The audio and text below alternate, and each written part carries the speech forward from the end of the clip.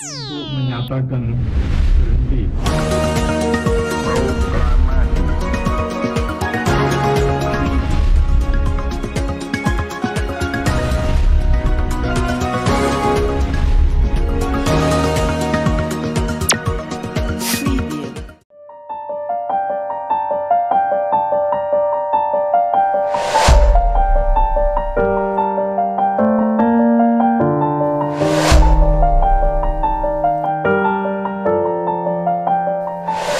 Sesuatu yang harus ada karena bangsa kita adalah bangsa yang sangat beragam. Betul. Tidak sekedar beragam ya, secara misalnya tadi katakanlah suku, adat, agama, ras, dan suku, agama, ras, dan adat istiadat ya. Yes. Tidak hanya sekedar itu, tapi juga permasalahannya kan kita juga negara kepulauan yang sangat besar gitu ya, dan itu terpisah di mana-mana. Itu suatu kebanggaan dan unik loh. Assalamualaikum warahmatullahi wabarakatuh. Bertemu lagi bersama saya Naura di Secret Story Podcast. Tema kita hari ini teman-teman masih berhubungan dengan budaya komunikasi dan persoalan disintegrasi di era digital. Tidak bisa dipungkiri kemajuan teknologi memberikan dampak yang luar biasa ya bagi berbagai kehidupan termasuk berbangsa dan bernegara. Kecepatan berkomunikasi di era ini menjadi luar biasa, namun tidak bisa dinafikan kemunculan media sosial perlahan ikut merubah pandangan tentang lingkungan dan budaya hidup kita, terutama di Indonesia. Munculnya konten-konten yang bersifat sara, primordialisme, etnosentrisme, hingga sukuisme mulai mengganggu layar kehidupan kita sebagai bangsa Indonesia. Dan lebih parahnya lagi, ketimpangan kebijakan pusat dan daerah mulai memunculkan perilaku disintegrasi. Untuk mengupas isu ini telah bergabung bersama kami Dr. Imam, pengamat komunikasi budaya dari Kampus Institut Bisnis dan Informatika Quick Yangi. Assalamualaikum Bapak, terima kasih sudah mau bergabung dengan kami hari ini di studio. Waalaikumsalam. Terima kasih sudah memberikan kesempatan saya untuk bergabung di acara podcast ini. Oke, terima kasih juga Bapak Naura. udah mau join hari ini. Ya, Nah, sama-sama. Pak Imam, sebelum kita ngobrol lebih jauh nih Pak, kita mau tahu dulu bagaimana sih pandangan Bapak melihat fenomena lingkungan multikultural di Indonesia ya Pak ya, khususnya di era digital saat ini. Silakan Pak. Oke, baik. Terima kasih sebelumnya. Kalau kita bicara multikultur, memang kan tidak kita pungkiri ya bahwa negara kita semua paham. Betul. Negara kita adalah negara yang multikultur ya. Kemudian juga plural ya. Yes. Jadi berbagai macam suku, agama, adat, ras, dan kita sudah menyadari ketika kita sudah lahir di tanah air ini ya kita menyadari bahwa negara kita ini ya seperti itu gitu ya. Nah, sudah seharusnya ya mereka tumbuh dan berkembang di masyarakat yang kita bisa saling memahami perbedaan-perbedaan yang ada di antara kita, di keluarga kita bahkan ya, kemudian di lingkungan terdekat kita, sampai ya kita di negara kita yang tentunya skupnya lebih luas. Ya. Kalau kita bicara adanya bagaimana kita di multikultural itu di era digital gitu ya. Ya pada prinsipnya era digital ini kan membuka satu wawasan ya, di mana membuka sesuatu hal yang mungkin orang itu ya jadi lebih memahami, lebih mengetahui ya. Kalau saya dulu misalnya hanya mengandalkan informasi misalnya dari radio, TV atau surat kabar, buku tentang misalnya beberapa suku yang ada di Indonesia. Ternyata suku itu tidak hanya yang 500 itu, ada yang lebih dari situ, ada sub etnis juga dan ada yang berbagai macam yang unik-unik yang harusnya membuat kita menjadi lebih bangga. Yes. Ya lebih bangga kita adalah negara yang punya keragaman budaya dan itu juga ternyata menarik buat bangsa lain atau negara lain, ya kan? Dan itu merupakan salah satu hal yang tidak ternilai lah bagi kita sebagai bangsa Indonesia. Namun sangat disayangkan juga di era digital ini juga memberikan kesempatan buat kita, mungkin buat orang-orang yang tidak peduli dengan hal ini atau orang-orang yang tidak merasa bahwa ketika perbedaan ini akhirnya menjadi hal yang untuk kemudian bisa diadu domba, kemudian diprovokasi satu sama lain ya. Sehingga dengan berbicara masalah era digital ini, bangsa kita atau kita sendiri kita mendapatkan sesuatu yang banyak sekali informasi tentang budaya yang kita miliki, tetapi di sisi lain juga memberikan peluang untuk kita jadi menjadi bersaling konflik gitu ya, saling konflik satu dengan yang lain kalau memang dia memang orangnya punya potensi untuk sering membuat gaduh gitu. Ya, nah Pak, berbicara soal tadi ya manfaatnya gitu ya di era digital ini kita jadi nambah wawasannya lebih dari mungkin zaman yang sebelumnya, tetapi ada juga mungkin di sisi lain sisi negatifnya juga gitu kan Pak. Nah tadi kan Pak Imam juga sempat mention bahwa pastikan mungkin ada orang-orang yang akhirnya terpancing gitu ya Pak ya, mungkin dari konten-konten digital terkait ya kebudayaan lah gitu, tentang apapun itu agama mungkin budaya gitu yang bersifat sarana. Kira-kira Pak, kenapa masyarakat kita itu akhirnya mungkin jadi mudah untuk terpancing atau terpengaruh akan hal itu yang jadinya ya bentrok juga gitu. Padahal kita sesama masyarakat Indonesia gitu Pak. Ya betul ya, jadi memang kurang lebihnya gini, masyarakat kita ini memang sebetulnya kalau dipikir-pikir gitu ya, pendidikan karakternya itu kurang di sekolah formal gitu ya. Okay. Iya, jadi karena saya lihat di sekolah formal dari SD, SMP, SMA bahkan sampai ke perguruan tinggi ini lebih menekankan pada material yang sifatnya untuk digunakan untuk hard skill mereka gitu ya. Pelajarannya ya pelajaran Pak ya, atau perkuliahan atau apapun yang mereka dapatkan. Persaingan antara satu sekolah dengan yang lain itu hanya untuk mendapatkan yang namanya prestis ya, untuk mereka mendapatkan bahwa oh inilah yang terbaik di bidang pelajaran katakanlah matematik atau bahasa Inggris sekalipun ya, atau apapun di situ. Jadi sehingga pendidikan karakter ini makin abai. Padahal itu sebetulnya yang menjadi modal ya buat kita untuk bisa menjadi bangsa yang benar, bangsa yang besar gitu ya. Seperti halnya karena ya mohon maaf saya pernah ke Jepang misalnya, pernah jadi guru SD di situ.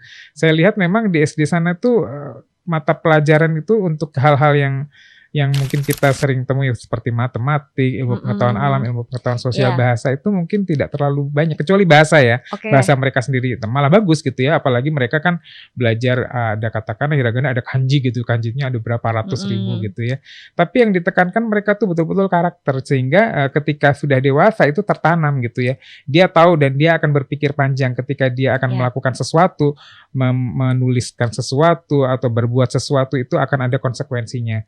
Nah ini yang kadang-kadang yang membuat pada akhirnya ya, mohon maaf ya kalau orang menganggap Indonesia kok SDM rendah gitu ya. SDM rendah ya karena itu gitu ya. Pinter secara intelektual tapi moral atau kemudian pengendalian emosi juga kurang gitu ya, sehingga mudah saja terpancing. Apalagi sekarang kan ya ada istilah demi konten gitu ya. Jadi apapun diperbuat gitu ya. Kalaupun bisa mengadu domba suku, agama, kalau itu bisa membuat jadi sesuatu yang blow up gitu ya, dia akan lakukan gitu. Benar.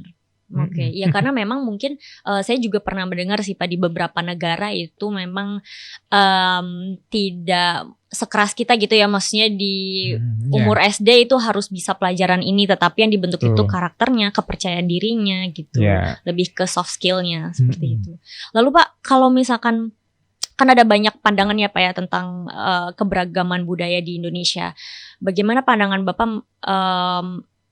menurut Pak Imam isu multikultural ini di Indonesia apakah sudah selesai Pak, atau masih perlu dibahas lagi, atau ada yang perlu diperbaiki lagi Pak? Kalau namanya proses perbaikan itu tidak ada akhir ya.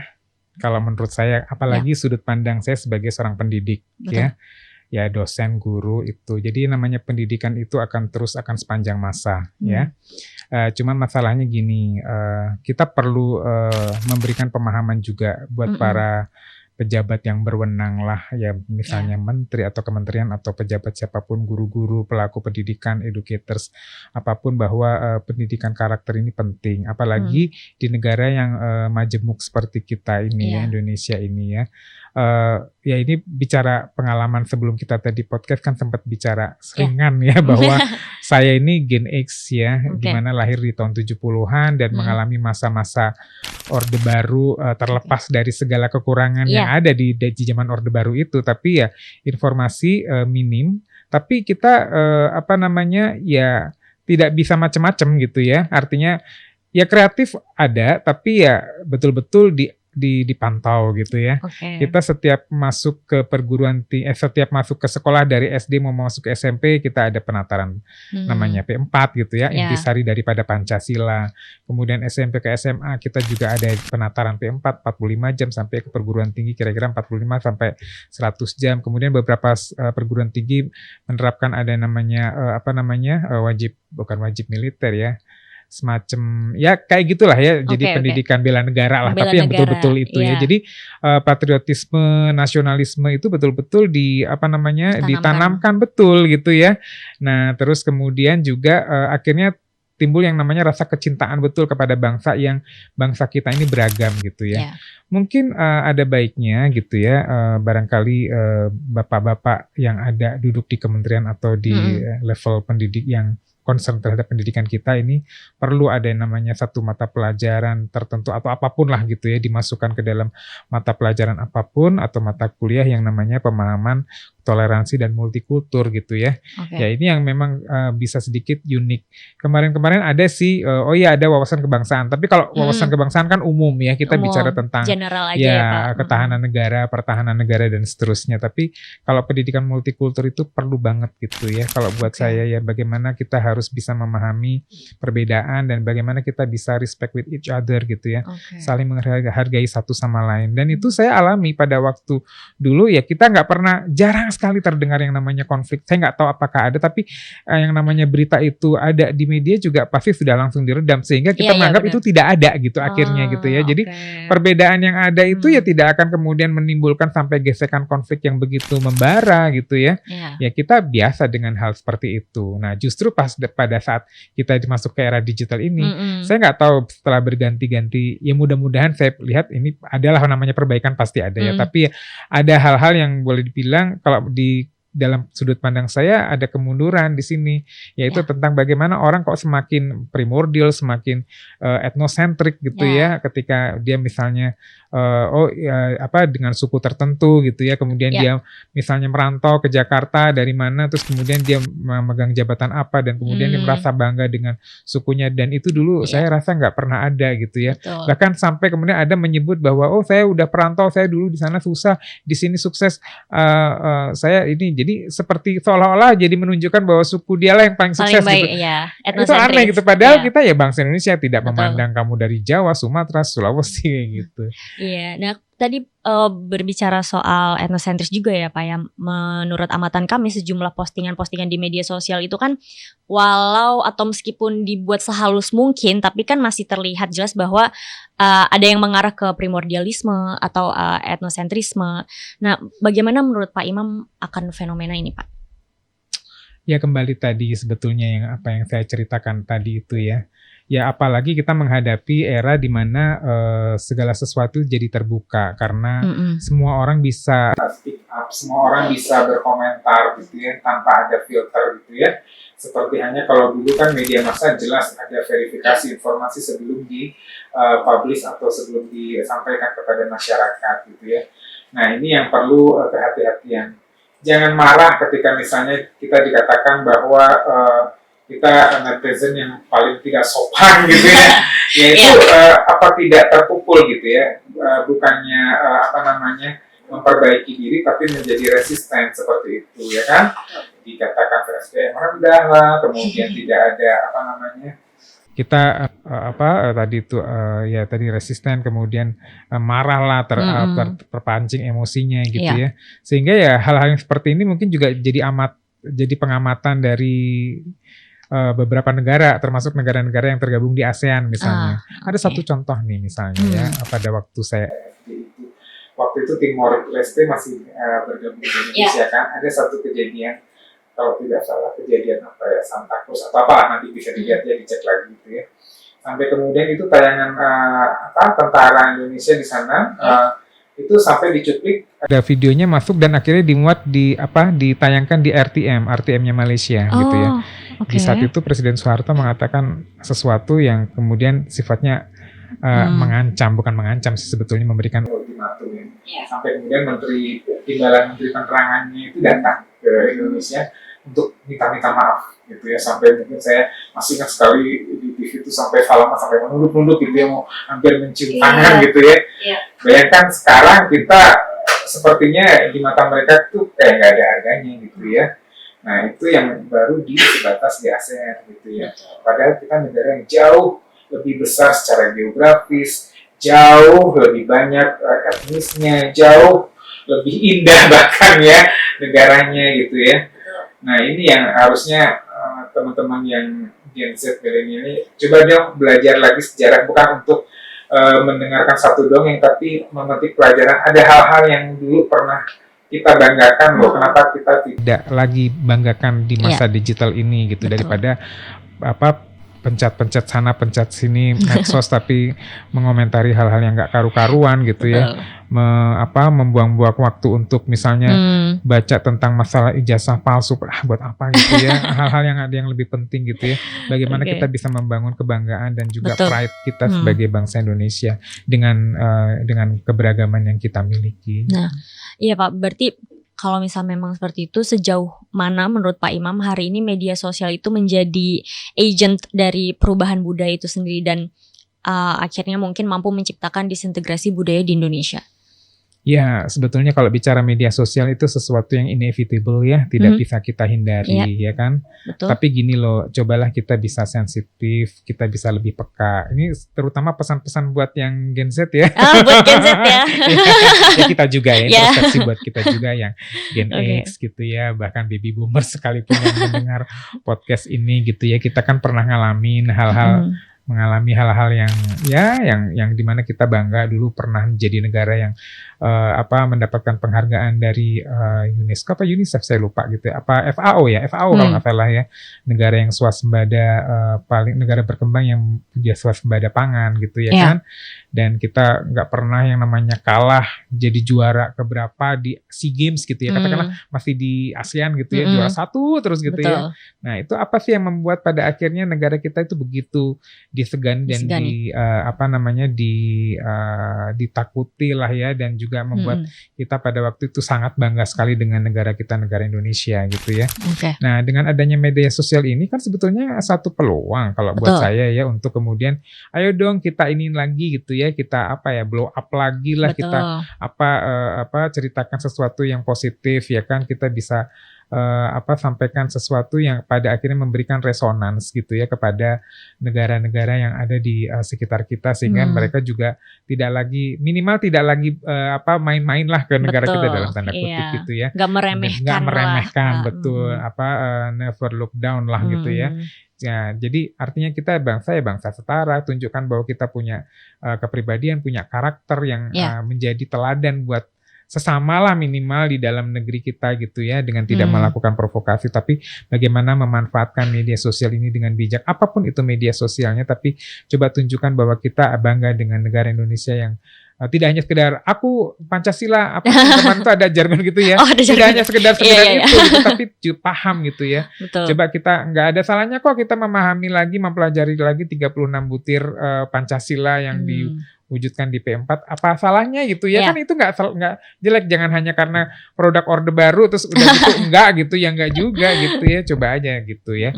Itu artinya media sosial bisa memberikan peluang untuk membuat generasi muda di Indonesia ini, apalagi generasi emas nanti ya, gembar-gembor 2045 masih ada nggak Indonesia ini? Maksudnya Indonesia dalam arti kata bukan fisiknya ya, tapi kita sebagai bangsanya ini ada nggak gitu ya? Ya itu. Oke Pak, lalu kita juga ingin tahu nih ya Pak, dari beberapa kasus mungkin yang terjadi di dalam konteks budaya itu kan seringkali berkaitan dengan suku atau agama ya kan Pak. Nah sebenarnya apa sih Pak sebenarnya penyebab utama dan mengapa mudah sekali terjadi perseteruan itu? Mungkin kalau misalnya ini tidak hanya karena di era digital aja ya Pak ya, ini dari dulu juga sudah sering terjadi gitu Pak. Iya. Ya penyebab utamanya adalah sebetulnya kan kita ini masa terbesar kita itu kan ada di sekolah formal ya, atau masa-masa pendidikan lah.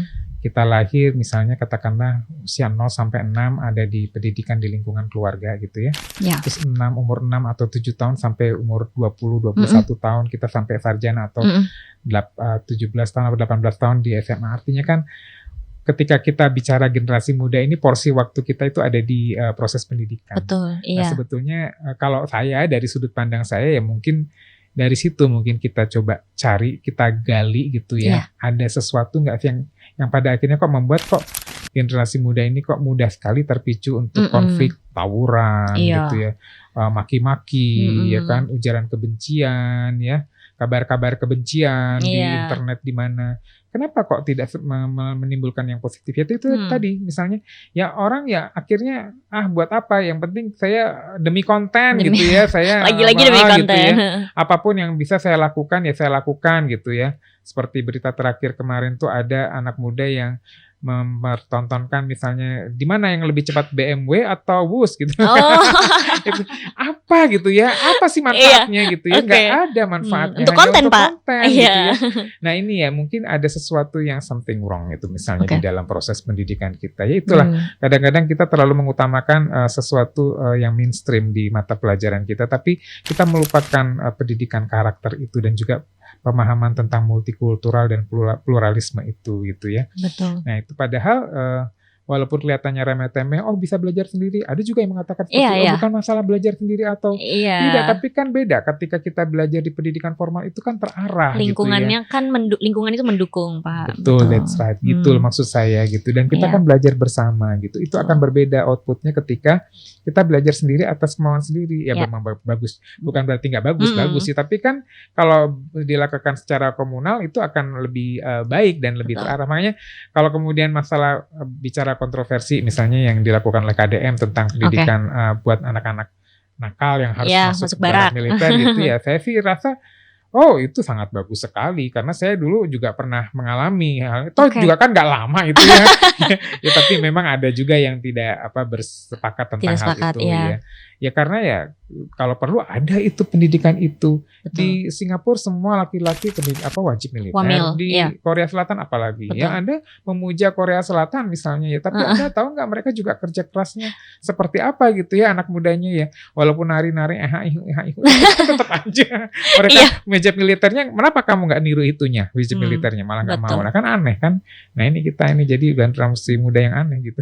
Mau lihat yang senangnya aja, yang senangnya aja yang perjuangannya belum dilihat ya Pak. Betul. Padahal kalau boleh dibilang orang-orang di Korea Selatan itu kan hampir setiap waktu kan dia harus bersiaga menghadapi saudaranya sendiri Korea Utara ya kan. Ya gila. Jadi suatu saat bisa jadi perang, bisa jadi bom gitu kan. Harus siaga. Nah kita harusnya lebih siaga gitu ya. Negara kita lebih besar lebih terdiri dari pulau-pulau dan kemudian ancamannya lebih banyak. Potensinya lebih besar gitu banyak. Kan. Iya. Dan ini ada juga Pak yang menarik, sejumlah ahli pernah merasakan Orde Baru atau eranya Pak Harto, dan pada waktu itu sangat sulit untuk memainkan isi SARA. Mungkin yang tadi sempat Pak Imam sebut juga ya. Namun setelah beliau turun hingga saat ini kan gampang ya menyulut masyarakat dengan isu SARA gitu Pak.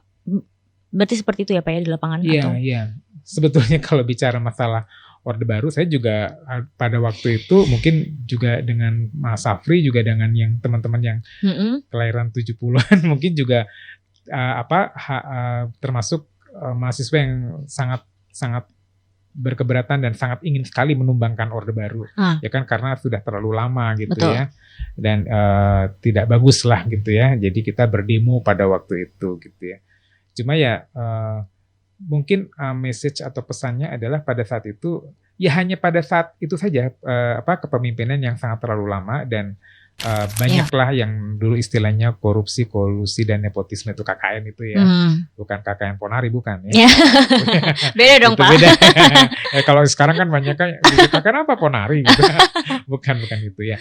Tapi kan ada hal-hal yang bagus gitu. Betul. Yang pada akhirnya ya mungkin ada kepentingan politik lah pada waktu itu di transisi masa Orde Baru ke reformasi ya udah akhirnya semua segala sesuatu yang berhubungan dengan Orde Baru akhirnya terhapus gitu ya. Betul. Padahal ada hal-hal yang baik gitu ya. Artinya ya kita dulu sangat bangga.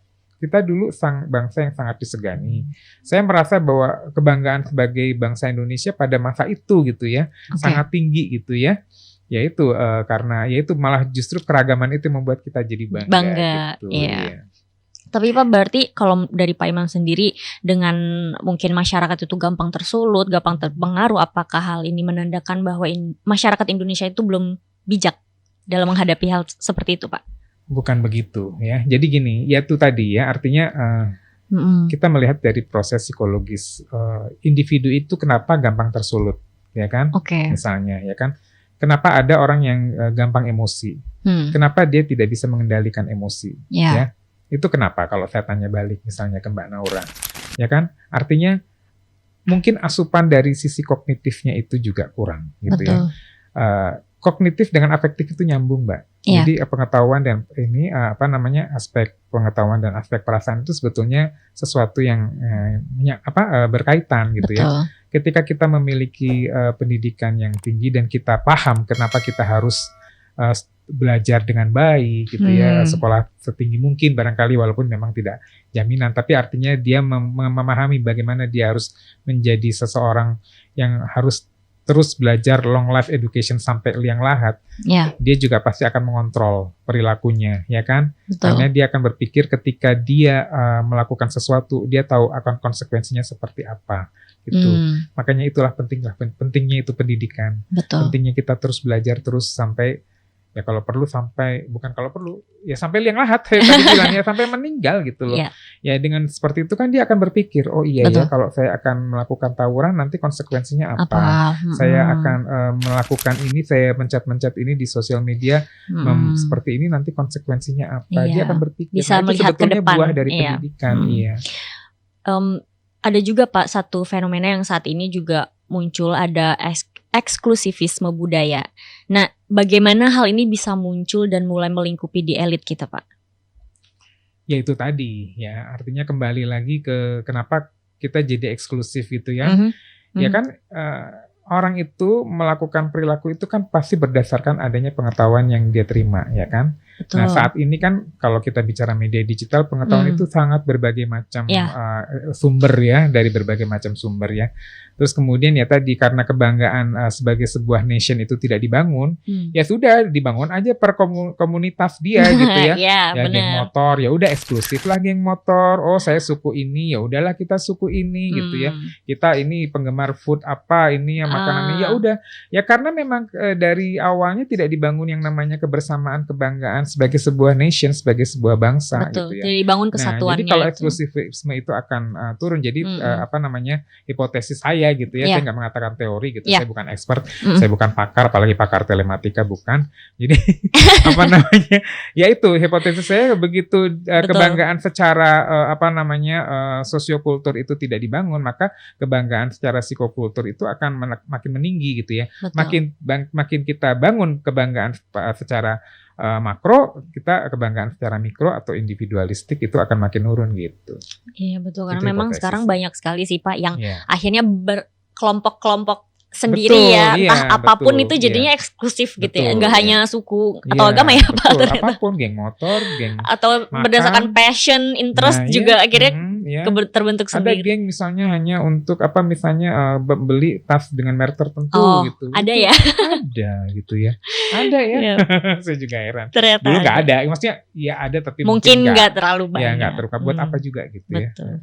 Lalu Pak, karena terkait multikultur ini, apakah berarti kita perlu menghidupkan lagi Pak pendidikan multikultural kepada generasi muda demi Indonesia Emas 2045 seperti yang Pak Imam katakan? Atau sebenarnya dengan pendidikan kita, dengan kurikulum kita cukup nih hanya mempelajari sebatas Pancasila atau PPKN kan ada ya, kewarganegaraan, atau kita perlu lagi nih lebih dalam berbicara soal keberagaman budaya gitu Pak?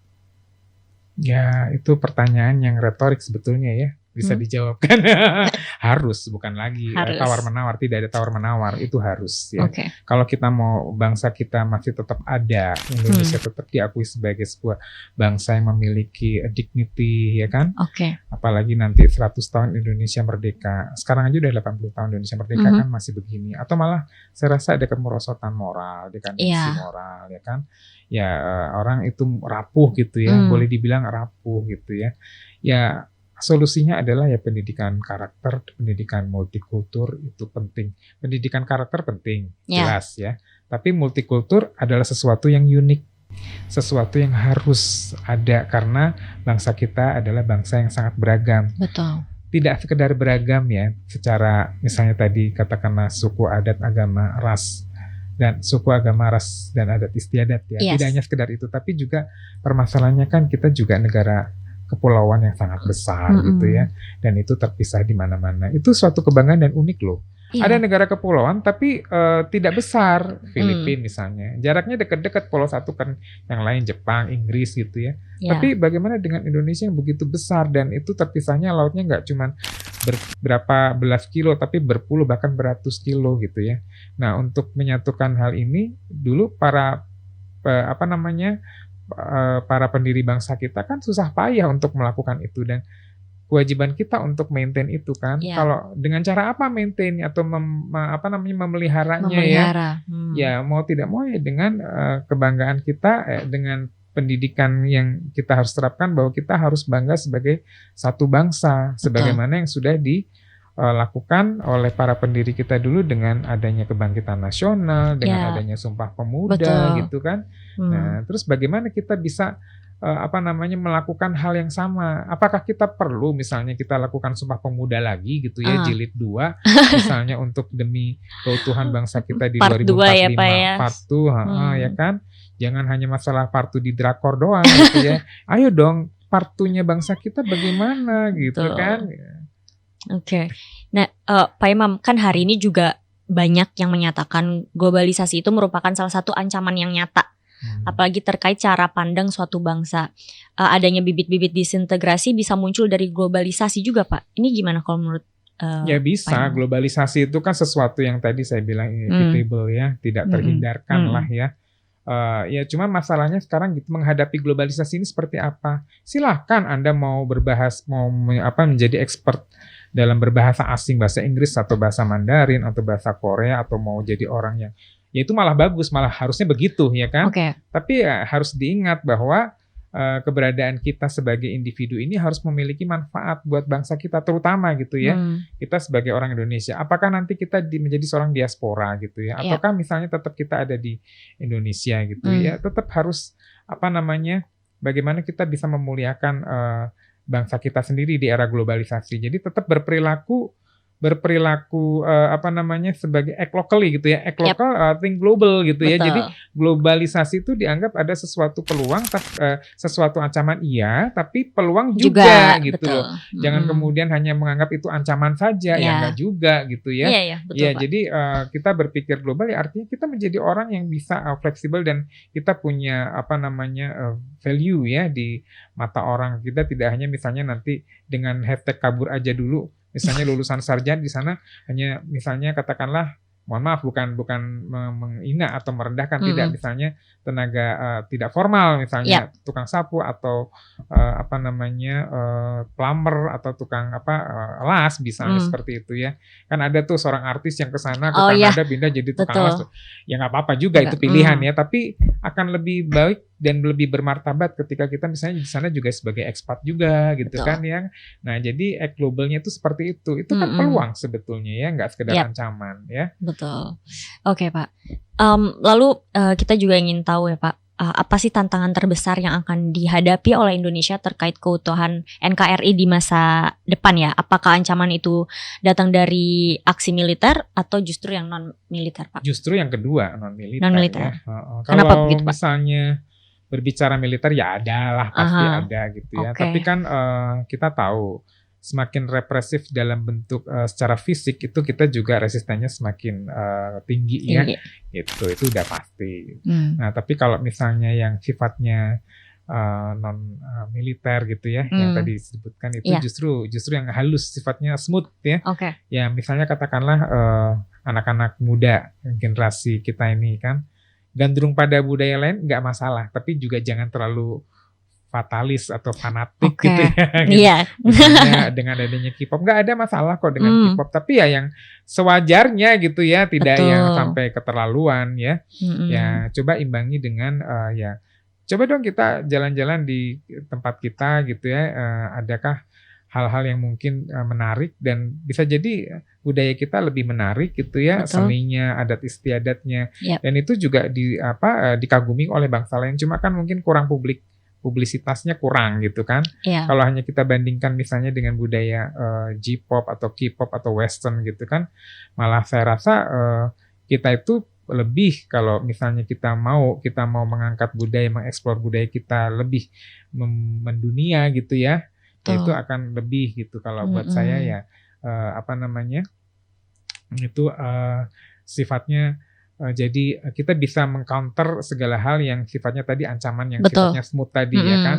Nah sekaligus kalau kita bicara tentang hubungan internasional atau international relationship itu dalam kategori soft diplomacy gitu ya. Nah, jadi soft power lah ya. Soft power kita. Jadi power kita punya power tapi soft gitu loh. Mereka menyerang kita dengan soft tapi kita juga punya soft power kita gitu ya. Kita bisa tunjukkan kepada mereka tanpa harus banyak klaim lah dari budaya lain misalnya yang dilakukan negara lain kepada kita. Nggak perlu, kita udah bisa tunjukkan itu ya kan.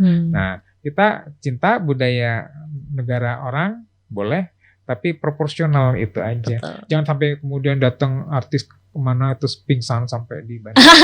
Itu kok kayaknya aduh banget, inferior banget ya bangsa kita ini ya, malu gitu ya. Biasa aja ya, biasa aja. Selesai gitu ya. Iya, harus bisa baca situasi juga ya Pak ya kalau kayak gitu. Tapi kalau dari Pak Imam sendiri, apakah kan multikultural ini kan juga pasti tentunya ada campur tangan dari pemerintah juga ya Pak, harus ada. Oh ya pasti, nah, kan sebuah negara. Iya, apakah saat ini pemerintah sudah memaksimalkan untuk memelihara atau bahkan mempertahankan keragaman budaya kita Pak hingga hari ini? Ada, kalau dibilang ada sih ada ya upayanya, tapi kalau misalnya kita bicara tentang optimal atau tidak ya belum gitu ya. Mungkin ada perkara-perkara yang masih prioritas yang harus diselesaikan oleh pemerintah ya kan. Ya, tapi ya saya rasa ya jangan lama-lama gitu ya untuk menyelesaikan masalah ini. Dan juga jangan sampai kita ganggu atau diganggu dengan berita-berita yang sebetulnya tidak ada manfaatnya pada akhirnya gitu ya. Ya Anda tahu sendirilah gitu ya. Terus ya media massa juga punya peran di sini ya, walaupun kita ya sekarang orang-orang udah banyak dengan media sosial, media massa juga harus ini juga perlu kontrol gitu ya, informasi apa yang bisa bermanfaat ya. Ya kemudian apa yang tidak bermanfaat, terlalu banyak entertain, hiburan juga kurang bagus gitu ya.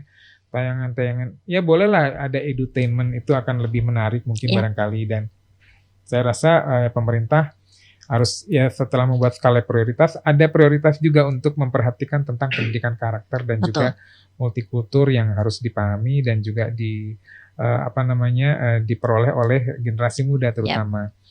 Ya saya sendiri pada beberapa waktu lalu juga ada ikut satu kegiatan-kegiatan gitu ya.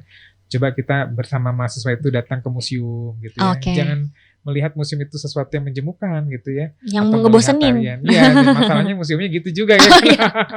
Tapi sekarang kok banyak yang menarik ya. Betul. Nah itu juga adalah salah satu cara mungkin dari kita ya, tanpa harus kita menunggu-nunggu dari pemerintah, ayo deh gitu ya. Kita bawa keluarga kita ke museum atau melihat pertunjukan di Taman Mini, barangkali itu juga hal-hal kecil yang mungkin yang bisa kita lakukan untuk bisa membangkitkan rasa nasionalisme yang tinggi dan juga kebanggaan pada Indonesia gitu. Betul. Oke Pak. Nah mungkin ini yang terakhir dari saya ya Pak Imam. Harapan Bapak apa sih Pak untuk kita sebagai bangsa atau sebagai masyarakat untuk menjaga keutuhan budaya bangsa Indonesia ini Pak? Apa yang bisa yang saya harapkan? Ya, yang Bapak harapkan ya. Ya pertama ya buat kita semua itu, kita pertama harus melakukan introspeksi dulu lah ya. Selama ini kenapa negara kita ini terpuruk ini, kenapa gitu ya, harus berpikir.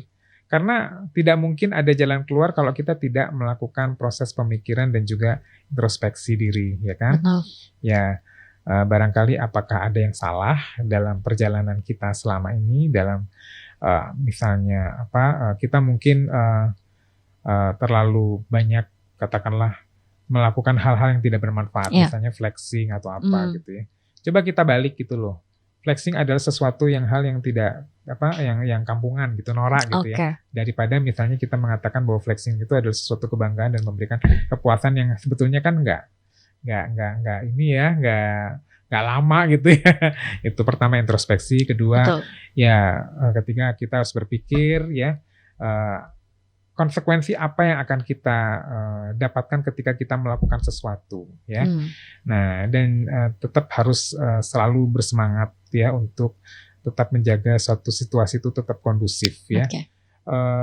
Buat apa kita melakukan sesuatu yang demi konten pada akhirnya ya sifatnya jadi destruktif gitu ya. Yes. Ya hanya untuk kepentingan sesaat Anda, keuntungan sesaat, tapi efeknya luar biasa gitu ya. Walaupun kecil tapi kalau banyak kan luar biasa akhirnya ya.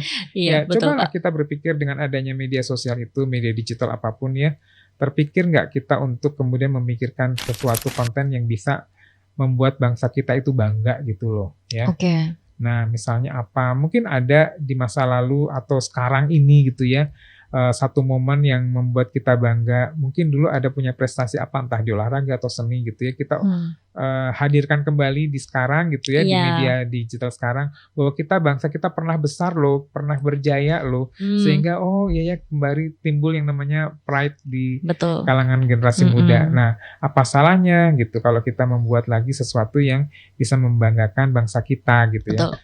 Biarlah mungkin nanti ada cibiran atau apa, itu biasa ya, itu Yap. biasa, nggak usah terlalu didengerin dan terlalu diratapi gitu ya. Kita cuek aja, kacamata kuda gitu ya. Pokoknya yang penting demi bangsa dan negara kita, keutuhan bangsa dan negara kita, keberagaman yang kita cintai, kekayaan bangsa yang kita miliki, kita bangga sebagai bangsa Indonesia. Oke, baik Pak Imam. Nah, teman-teman, tadi kita baru aja ngobrol-ngobrol sama Pak Imam terkait situasi keberagaman budaya kita hari ini ya Pak ya, dan bagaimana sebenarnya banyak peluang untuk kita, apalagi generasi muda itu memanfaatkan globalisasi, digital era ini untuk mungkin mempromosikan lebih atau menimbulkan rasa cinta kita terhadap budaya kita sendiri. Oke teman-teman, sampai bertemu di episode selanjutnya. Assalamualaikum warahmatullahi wabarakatuh. Waalaikumsalam Terima kasih, Pak warahmatullahi wabarakatuh. Imam. Sama-sama Kak Naura. Ya. Terima kasih.